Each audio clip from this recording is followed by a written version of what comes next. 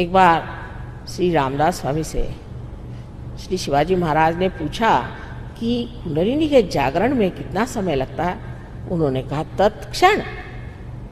तत्क्षण ये कार्य होता है, पर किसी किसी में समय लग जाता है। उसका कारण ये कि उनका कुछ ढीला मामला है या कोई ज़्यादा ही कसा हुआ मामला है। अब समझ लीजिए, अगर आप टेलीविज़न लेके आए तो तत्क्षण आपको सब दिखाई देता है, पर समझ लीजिए प्लग ही नहीं लगा तो उसे क्या करा जाए। इसी प्रकार जो कुछ भी आपको जानना है वो सारा जानना आप तत्क्षण कर सकते हैं। इसी को ज्ञान कहा जाता है। ज्ञान पुस्तकों से नहीं आता। जो पुस्तकों में है वो सिर्फ बाह्य का ज्ञान है। जैसे पेड़ का ज्ञान हो उस तरह से ये बाह्य का ज्ञान है, लेकिन मूल का ज्ञान जो है वो आपको सिर्फ ऊर्ध्व गति से पार होने के बाद ही जाना जा सकता है। ऊर्ध्व गति के सिवाय कोई और रास्ता नहीं है।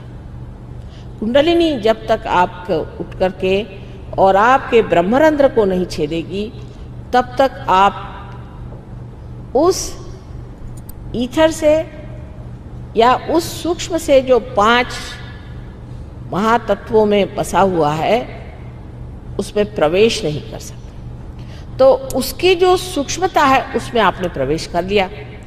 अब हर चीज़ को आप इस्तेमाल कर सकते हैं। जैसे मैं आपसे कहती हूँ कि अभी ध्यान करने से बाद अपने जूते उतार लीजिए और ज़मीन पर पैर रखिए। ये पृथ्वी माता, ये भी तो एक तत्व है। पृथ्वी एक महान तत्व है और उस महान तत्व पे आप जब पैर रख देते हैं तो उसकी भी जो सूक्ष्म शक्ति है वो जागृत हो जाती है और वो आपके पाँव से खींच लेती है आपके अंदर जो कुछ भी जड़ता है।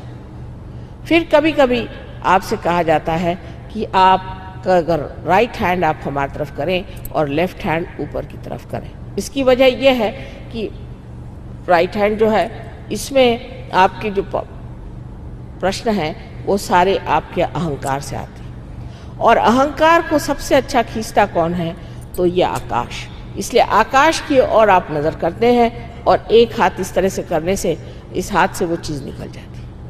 सहयोग बहुत ही साइंटिफिक है, पर मूलभूत होने की वजह से, फंडामेंटल होने की वजह से अत्यंत सहज और सरल है।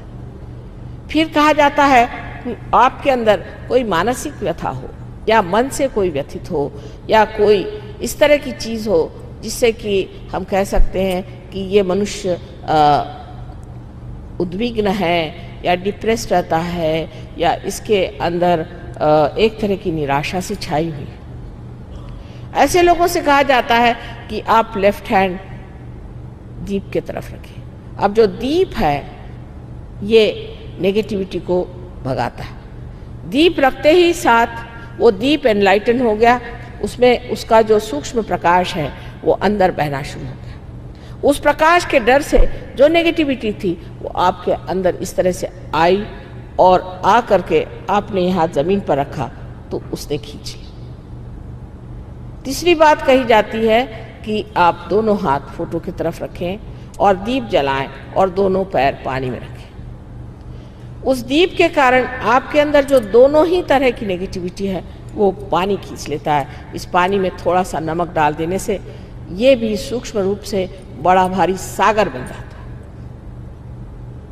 इसका बहुत ही साइंटिफिक कारण है। जो भी क्रियाएं सहयोग की हैं वो बेवकूफ़ी की नहीं है, लेकिन वो इतनी सीधी सरल है कि लोग समझते नहीं। ईसा मसीह के 12 शिष्यों पर जब आदिशक्ति होली घोस्ट का आशीर्वाद आया तो वो सब चक्रों की बात करने लगे और हाथ वाथ घुमा करके आपस में बताने लगे। तो सब ने सोचा कि ये तो कोई पागल लोग हैं, उनको पागल में ही कहना शुरू कर दिया। लेकिन उसका अर्थ ईसाइयों ने ये लगाया कि वो कोई ग्रीक लैटिन ऐसी भाषा बोल रहे थे, वो चक्रों की भाषा बोल रहे थे।